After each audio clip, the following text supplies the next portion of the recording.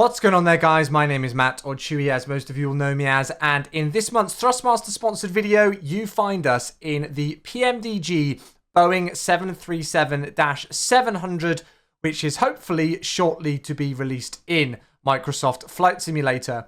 I've been uploading loads of footage over the last few days of my live stream highlights whilst I've been flying the aircraft on my twitch.tv live stream.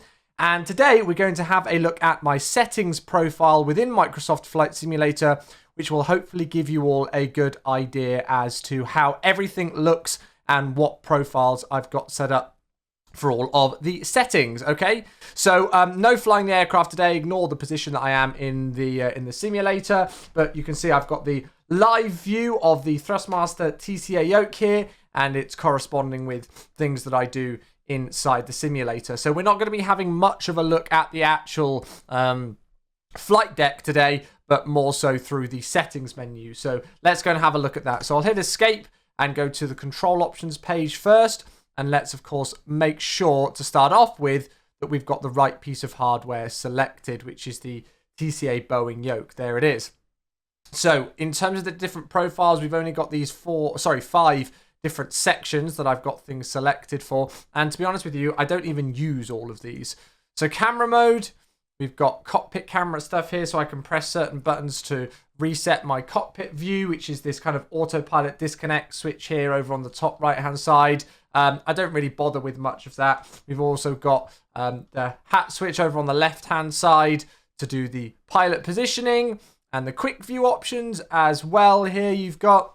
And then we've got the other hat switch, which is on the right hand side of the yoke, and that's to be used for the yaw axis. So you can see it's cockpit view, yaw axis. I'm not going to go into too much details on these because it's all default. I'm pretty sure all of this stuff here with the external camera views and all of these buttons, this is all just default. When you plug in the TCA Yoke for the first time, it should just come through. I've not actually really changed any of these. If you want to get rid of them, if you don't want to control any of your camera stuff on the Yoke, you can. I usually don't bother, but I've just left them bound in case I do need to use them at any point. We've also got the toggle pause button, which is right at the bottom of the Yoke that you can't see. Actually, no, it's just here. Sorry, I do tell a lie. It's on this kind of placard where in real life you might get a checklist or something. So this button on the right-hand side, button number 14, I've got toggle pause. If you do want to use that, again, not really a necessary one. This is the necessary stuff, though. Flight control services. So we've got primary control services, and that indicates our elevators and ailerons. So elevators, of course, is moving the yoke forwards and backwards. And note that with my specific setup, I need to have the axis reversed. And then the aileron axis to move it left and to the right again. Nice and simple on those. Okay, so that's under the primary control services tab. We then have the control trimming surfaces tab here as well, where there's various different things. So moving from left to right on the yoke, on the little rocker switch, which is labeled X, we have the elevator trim, nose up and nose down. So as I push my thumb downwards, that's the direction to move the nose upwards.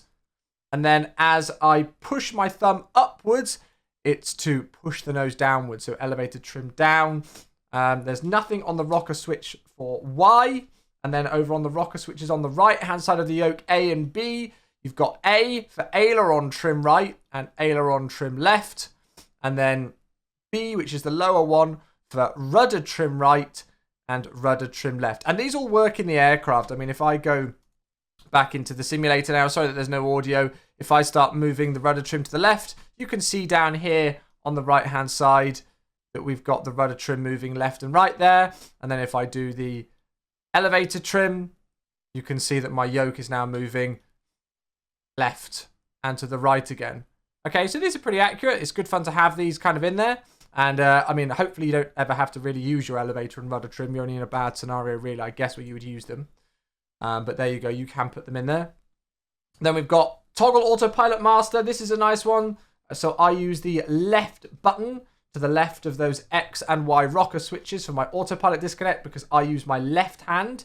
If you do fly with your right hand, then maybe you'd want to use the button on the right hand side of the yoke. But I personally prefer to use this button here, button number 2 it is for toggle autopilot. And the reason why is because if I'm hand flying with my left hand, I've got my thumb available there on that X rocker switch for the elevator trim. Sorry, I said aileron trim earlier on. I'm an elevator trim. So X is for elevator. Okay. Then we've got landing gear switch as well. Toggle landing gear. You guys don't need to use that on the Yoke if you don't want to. But it is the kind of switch behind. You can't really see it because the Yoke's in the way. There you go. So you can see the toggle the landing gear as well. You want the toggle landing gear option. It might be a little bit finicky in the simulator because obviously there's the up, down, and off position in the 737. But that's how you can do that. Okay, so that's all the bindings that I've got on my Yoke. Really, it's just the bare essential ones. So the axis for your elevators and ailerons, and then trim as well. And it's also nice just to have a couple of little accessories on here, as I say, like the autopilot disconnect switch, the trim services, and then if you're not using your mouse Yoke, I really like this point of view hat switch on the right-hand side that I can utilize to look around the flight deck. Let's say we're doing a nice visual approach and we need to. But we've got our hands on the right hands on the throttle quadrant and our left hand on the Yoke. We can always use this hat switch even on the Yoke over here if we need to quickly to move our view around and then center it again. Okay, so that's everything for the Yoke. Let's move on to the throttle quadrant and I'll show you all of my axis and key bindings over there.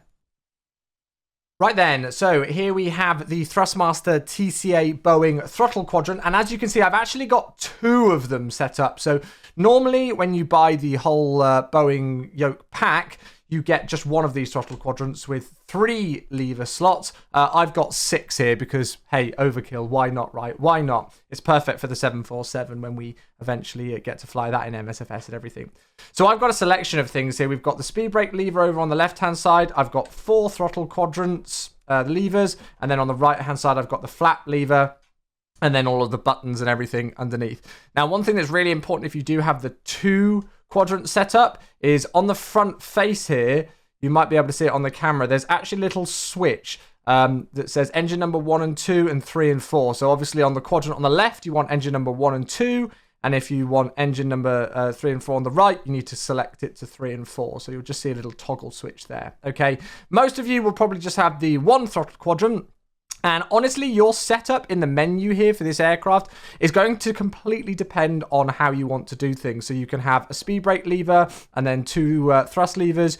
You could have a speed brake lever, 1 thrust lever for both engines, and then a flap lever on the right-hand side. You can kind of do whatever. That's what's so great about the TCA Boeing Quadrant is that you can do whatever with it. You can also utilize these lovely little switches down here, which is, I'll show you in a moment. So actually, as you can see at the moment, if we zoom in on the MCP, as I move this left and right, it's changing my heading. And then if I switch it to the altitude section at the bottom, you can see that I'm changing my altitude here. And then if I switch it to IAS Mac, you can see that my IAS and Mac is moving left and right. I'll show you how to bind all of that. Again, thrust levers, so I've got them separated. So we've got engine number 1, left engine over there, and then engine number 2 here. These 2 are redundant, again, because we don't have 4 engines. And we've got the speed brake lever, and then we have the flap lever as well.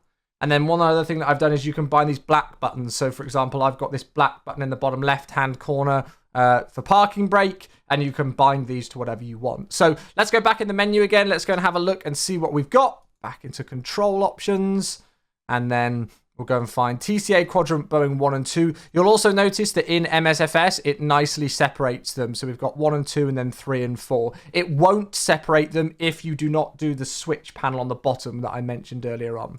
So let's have a look at TCA Quadrant Boeing 1 and 2, first of all, because that's the one that we're mainly using. So we've got miscellaneous. Now, this is to be able to move the heading select. So if you have a look on the camera now, you can see that I'm moving left and right with the knob here. And so you want this on button 16. So to go to the right, to go up with altitude or speed, or to the right with the heading, you want plus, and that's under the miscellaneous tab.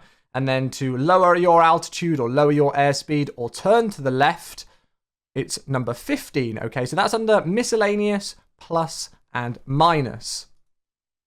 Instruments and systems, we've got flight instruments. And this is the kind of the switch below it where you can go to the left for IAS Mac. That's on button number 12.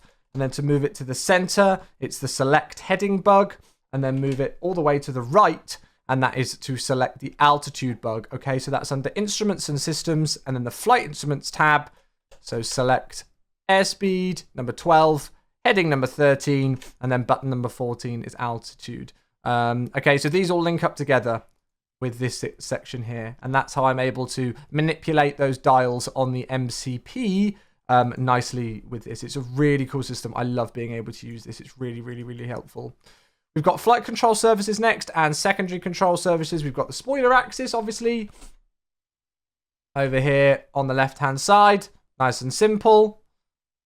And then brakes, toggle parking brake here, which is this button, as I showed you in the simulator a moment ago. And also I've got this to disarm auto brake. You can put these buttons to whatever you want to. There's 5 black buttons below the thrust levers, and you can kind of put those to whatever you like to put. As I say, I've just got parking brakes and things there. I don't really utilize them that much, but they're there if I need them. We've also got on the left and right hand side of the thrust levers, you can see we've got these black buttons. So what I like to use personally is I like to use the one on the left for the auto throttle disconnect. So if we can imagine that I'm flying the aircraft, I've got my left hand on the yoke, doing all the movements there, stirring the porridge, as they like to say, and then my right hand is over here on the thrust levers. When I'm ready to disconnect the auto thrust and the autopilot, because you never land a 737 with auto throttle in, all I do is I can use my thumb over here and hit this button, and that will disengage the auto throttle for me. So I don't have to mess around with the mouse to do it. I can just click with my right thumb on the auto throttle disconnect button over here, and then my left thumb on that autopilot disconnect switch, which I showed you earlier on in the video. You'll also notice under this section that we have the arm auto throttle, and this is what I use to arm the auto throttle on the right hand side of the thrust lever here. So if I want to arm the auto throttle for takeoff, that's what I use over there, okay? And so that's the exact same button style, but it's on the right hand side. So I can set power to 40% on takeoff, click this button, and it will arm the auto throttle, and then the aircraft will automatically advance the thrust levers in the simulator to take off power, okay? The last thing, of course, is power management and throttle. Nice and simple, okay? Nice and simple with these. The only thing to note is that we have this at the bottom, hold throttle reverse thrust. So if I do this, the thrust lever kind of levers on the TCA Boeing Quadrant are actually just button commands. And so essentially, you just use one of them, and it will automatically put all of the engines into reverse thrust. I still put both of them up anyway because it's quite nice to have that feeling. But what you would do is you would essentially have the aircraft, with thrust in, idle the thrust for landing, and then when you touch down, pull these levers up, and then you can move the throttle quadrants forward in reverse thrust then to give yourself partial or full reverse if you move it all the way forward. And then once you're slowed down enough and you're through about 60 knots or so, you can bring these back down again and disengage, hold throttle reverse thrust. Okay, so that's a really important one. It's got to be the hold throttle reverse thrust. I did do this in a previous video, but recapping it again now.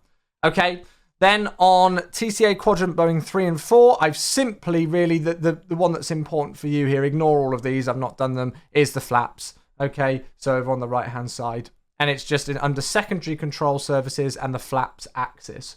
All right. So that's all of those. That's pretty simple, really. There's nothing too fancy in there, I guess, apart from on 1 and 2, you've got all these, the heading and altitude bugs there. But that's how you fully utilize it. I know in other simulators and in other aircraft, you can't really utilize this heading bug switch. But in MSFS and with the PMDG 737, you can totally use all of these features, which is so nice. And that's it, really. So for the TCA Boeing Yoke and the TCA Boeing Quadrant, those are all of my key bindings ready to go for you guys. I wish I could export it as a profile so that you guys could just import it into your simulator and then have it there. But as a worst case scenario, to get you guys flying as quickly as possible, all you need to do now is just replicate those settings, adapt them if you want to, and you'll be flying this beautiful aircraft in no time. All right, I hope you've enjoyed this video. If you've got any questions or comments, please leave them in the comment section below, and I'll make sure to try and respond and help out where I can. But for now, that's it for this month's Thrustmaster sponsored video. Thanks so much for watching. Have a great rest of your day.